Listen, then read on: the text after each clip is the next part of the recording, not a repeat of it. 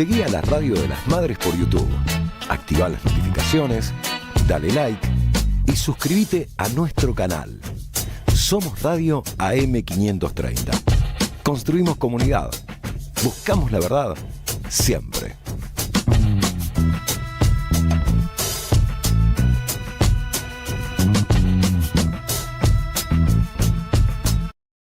Momento que nos toca vivir relacionados con los derechos humanos en la Argentina. Así que los saludamos, le damos la bienvenida, le agradecemos la presencia en el programa. Carlos Rosanchi, Quique Alcoba, estamos en la Radio de las Madres. ¿Cómo va, maestro? ¿Todo bien? ¿Cómo estás, Quique? Un gusto para mí. Gracias. Nosotros estamos en esta radio que, como decimos siempre con el amigo Leo Greco, es una trinchera, porque es la radio de las madres, y las madres han sido nuestro faro desde un primer momento relacionado con lo que tiene que ver con la lucha por los derechos humanos.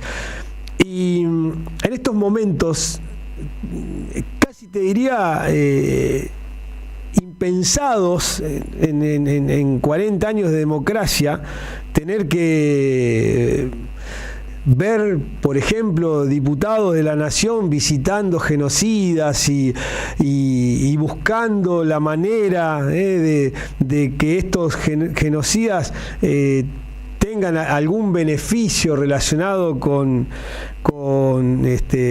su excarcelación o su arresto domiciliario, como quieras llamarlos, genocidas que no tendrían ni siquiera que ser visitados, por lo menos es mi pensamiento.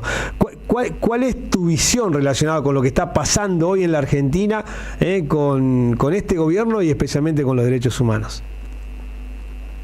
Ya aquí que estamos viviendo, como vos decís, es un momento muy particular de un retroceso literalmente de 40 años. Y en algunos aspectos te diría que varias décadas más de 40 años. Y no es solo un eufemismo, es real. Y bueno, es lo que nos está atravesando en este momento. La enorme pregunta es cómo llegamos a esto, porque yo entiendo que comprender cómo llegamos a esto nos va a ayudar a enfrentarlo y además cómo lo estamos viviendo. Vos hablabas al principio de las madres y sobre todo de un término que me parece fundamental a lo largo de la historia, que es la resistencia. Y cada vez que hay retrocesos que en democracia no hubo nunca hasta el día de hoy, el retroceso de la magnitud y la crueldad que estamos atravesando. Entonces, el desafío es, bueno, ¿cómo se resiste, Quique? Creo que estamos en eso. Y a mí particularmente me sorprende, me sorprende porque realmente, escuchándote, coincido plenamente en que uno no imaginaba estas cuestiones, pero tampoco imaginaba cierta apatía, por llamarlo de alguna manera, en un alto porcentaje de la Argentina, que también tiene que ver con el alto porcentaje que terminó votando este gobierno, relacionado con estos casos, relacionado con todo lo que tiene que ver con los derechos humanos. Y ahí es donde me preocupa, porque justamente que ocurran estas cuestiones, que aparezcan estos personajes, que se quiera ir o se visite los genocidas con una clara intención de terminar reivindicando esos personajes oscuros de la historia, me parece que tiene que ver un poco también con esto, ¿no? Como sociedad hay algo que está fallando y uno no entiende bien por dónde pasa la cuestión. Claro, pero son fallas distintas.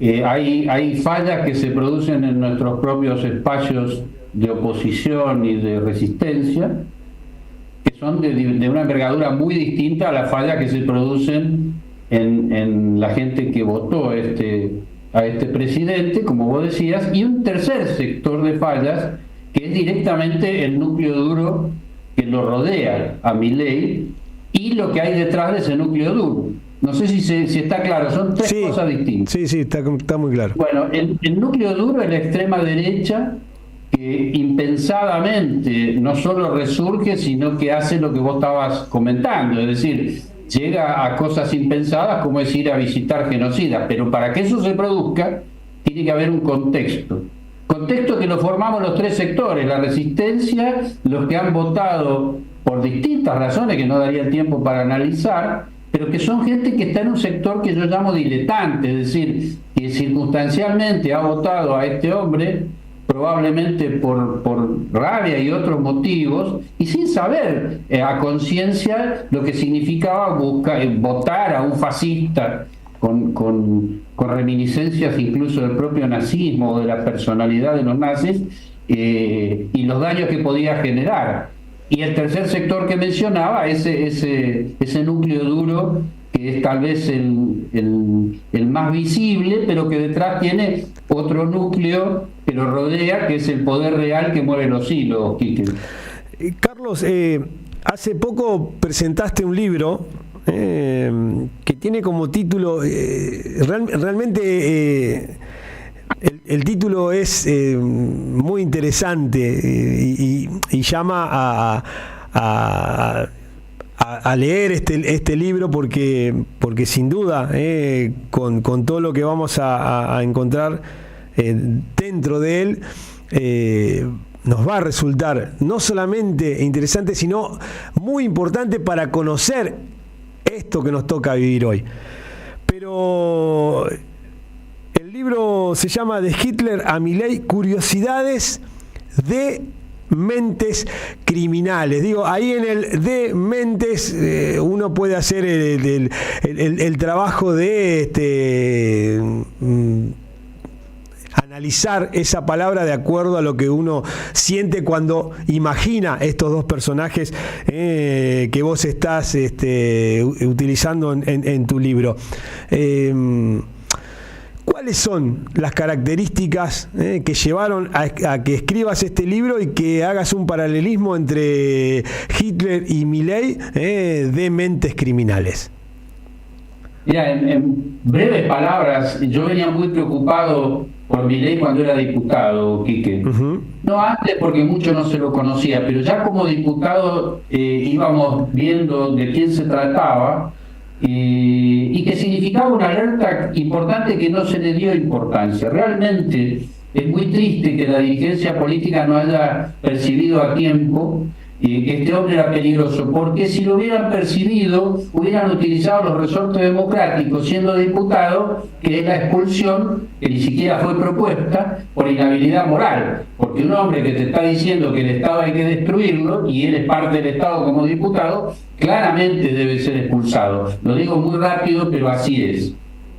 Eso a mí en lo personal me preocupaba muchísimo, como a otra gente, y entonces me llamó la atención ciertas particularidades de la personalidad de Javier Milei, y entonces empecé a investigar un poco qué pasó en la primera época del nazismo. Estamos hablando cuando Hitler es nombrado canciller en 1933. Y ahí, bueno, ahí se me cayó el mundo, Quique, porque es asombroso ciertos rasgos, no solo de la personalidad, sino de las medidas que han tomado. Y te lo puedo resumir en 2 palabras. Una de las características está explicada. Hitler, cuando es designado canciller, lo primero que hace es pedirle al Congreso que dicte una ley de facultades para poder tener la posibilidad de legislar él. Facultades legislativas le pide y le exige. Eso es absolutamente idéntico a la medida que toma Milei con su ley bases. Por supuesto, más debería ser ampliada la explicación, pero no hay tiempo. Y solo te agrego a esto que Hitler, para lograr que le voten esas leyes, rodea el Congreso con fuerza de la SS y la SA. Y el día anterior al tratamiento de la ley se inaugura el campo de Dachau, que es un campo de concentración y exterminio, pero inicialmente era para meter presos a los opositores, y ahí llevan un día antes a comunistas y socialistas. ¿Está claro? Cualquier similitud con la realidad de hoy no es pura coincidencia. Exacto, y bueno, y a eso se suman otras cosas que te repito, por razones de tiempo no se pueden, pero sí quedarse con la idea de que la personalidad de todos los tiranos de la historia tiene características que deben ser estudiadas y analizadas precisamente para que no los volvamos a tener que soportar. Y una cosa sobre lo que vos mencionabas del libro que me parece que es importante aclararlo en esta oportunidad.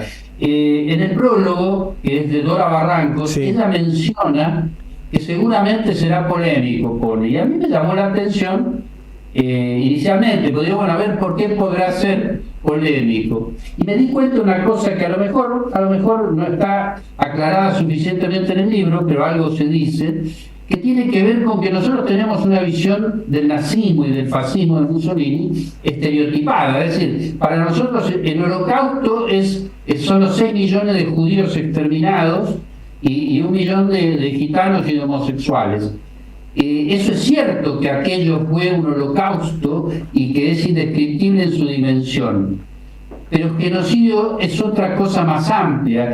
Aquello fue un ejemplo de genocidio inédito en su dimensión, pero hay distintas formas de genocidio. También llevaría mucho tiempo explicarlo, pero la pretensión en la explicación del libro no es igualarlo con el holocausto, es simplemente advertir que aquello lo sabemos por el diario del lunes, sabemos la tragedia del nazismo, pero no sabemos las tragedias que se gestan en gobiernos como el que encabeza Javier Milei.